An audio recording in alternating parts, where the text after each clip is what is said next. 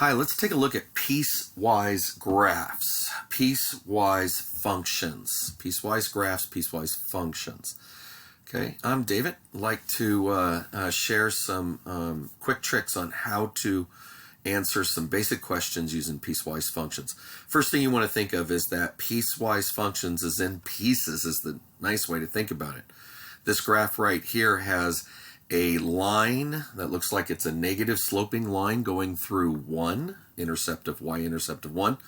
It has a constant, a horizontal line. Don't forget, when it says y equal 2, that's in a sense a line that's horizontal. Not in a sense, it is.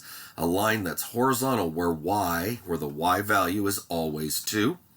And then we have an x squared graph, and an x squared graph makes those U shapes called parabolas. So those are the basic graphs. We need to graph this in a sense in pieces, okay? First of all, it says find f of -2, f of -2. Well, we don't need the graph at this moment. We can just look to the function, but the function has what we call restrictions. Everything over here is like a restriction. In a sense, it helps with where to put the x into which equation. Restrictions. I didn't spell that right. Restrictions are right up here. Okay? And so when we go to look at x is equal to -2, we want to figure out which function to put that in. Which function to put that in. So I noticed that the very first one, -2, is in that spot in between x's of -3. This is what the restriction says. X is greater than -3 and less than 1. There is an equal part of that too. So let's plug in -2 into -2 times into the linear equation there. -2 times x, so -2 times -2 plus 1. Looks like this value will kick out -2 times -2 is a 4. Looks like it's a 5. Now, we are eventually going to have to graph this. So we did find a dot on the curve or the function or the graph here. So I'm going to go find -2 in x, and 5 in 5. And I know that the graph should go through that dot right there. Let's take a look at the next question. F of 1, F of 2. I think I'm just going to jump, well, F of 1, it says right here that x equals 1, so we need to use the output of 2. It says, in the way you want to read the function is equal to 2. This is where I'm looking, right here. The function is equal to 2 if x is 1, and right here it said the function is at 1. So I'm going to plug and chug 1 now. Plug and chug 1. Well, if I put 1 into it, it just says the output is 2. So that is simply a statement of almost observation on what they give me. If I was to plug and chug f of 2, I would use the last equation because this is where it says use x's greater than 1 and 2's greater than 1. And f of 2 would go into the x squared function and b squared, and that would be 4. So I found some more dots here. It says to locate the intercepts, determine the domain, graph. Let's just try to graph this. I think that's the main part, and then the rest of this we can almost observe from the graph.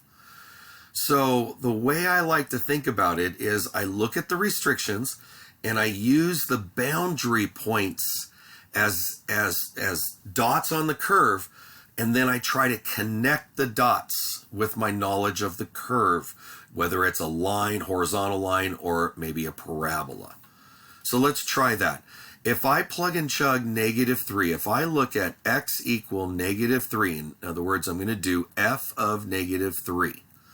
If I do that, then I'm going to be on this linear equation right at the end of that boundary, because this is where it starts. It starts at x's that are going to be greater than or equal to -3.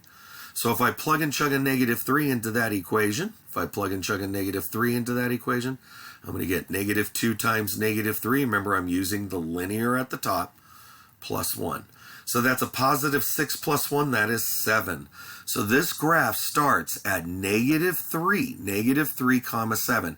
And what I mean by start is that there is no x's that are left of that. And we always want to think in pre-calculus moving to the right. So that is the furthest left point, and it is solid. You'll notice I drew a solid dot at -3 comma 7. This graph goes all the way to x equal 1, so let's go find out where that is. And I'm going to be mindful that it's a hollow dot.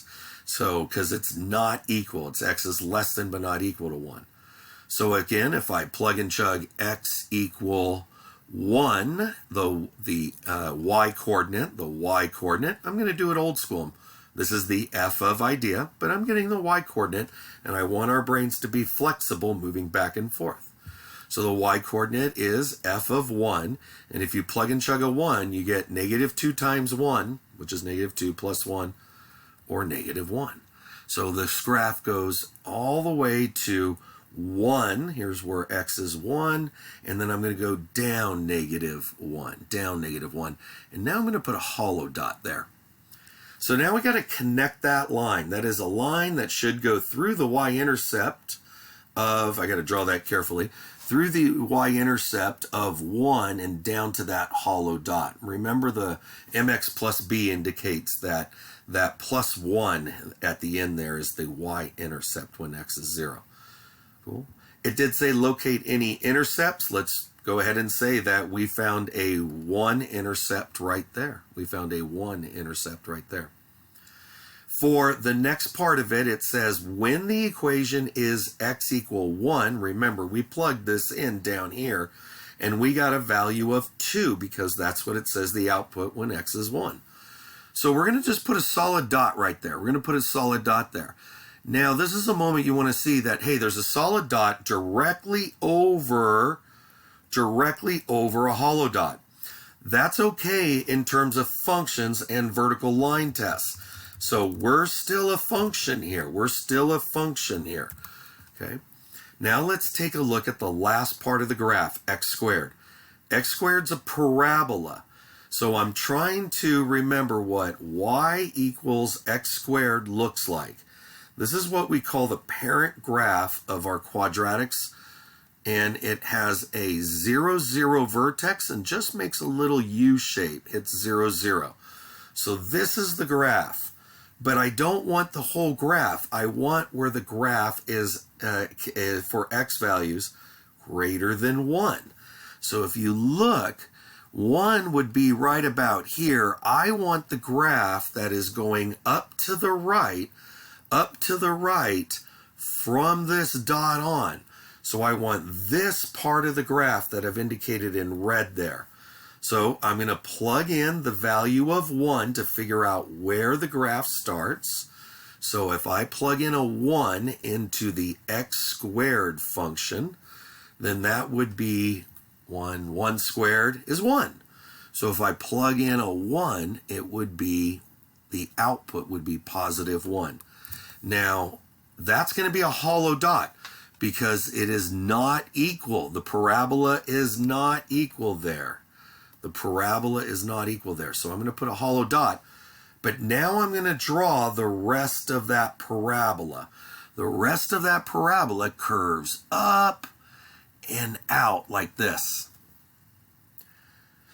That is how you graph a piecewise function. That is how you graph a piecewise function.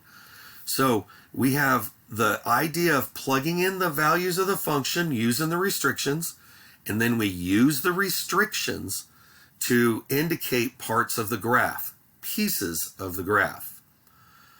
There, let's see, it wants the local intercept, so we need to find where the x-intercept is. So the x-intercept is on that linear equation. So remember, to get x-intercepts, I make y equal to 0. So if I'm on this linear equation, I'm going to make y equal to 0. And now I'm going to solve for x. It looks like I add 1, divide by -2, subtract 1, divide by -2, and x is -1 over -2. Let's flip this all around. That's okay. X is negative over negative is positive, 1/2. So we found that the intercept there is 1/2. Don't forget, intercepts are just plugging and chugging 0. On a piecewise graph, you got to figure out which one. It says, what's the range of values here? The range. Well, the range, this is E's question.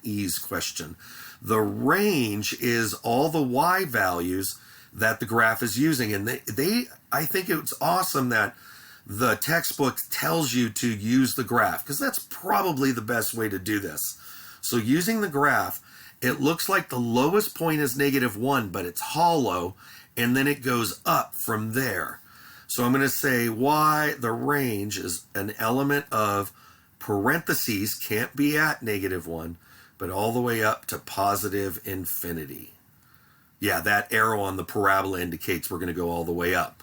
There is a dot on the left, on the linear, that looks like it's a high point, but since the arrow on the right will hit all those values up there, then this is what the range will be. And the range will hit all those values in between too, it looks like. Okay, last question, is this continuous? Continuous means that you would never lift the pencil when graphing this. So if you follow my laser, to graph this working left to right, I'd come down and I'd have to lift the pencil there, hit a dot, and then lift the pencil again and move back up. That is not a connected or a continuous graph. So we would say, no, this is not continuous. I hope this helps. My name is David.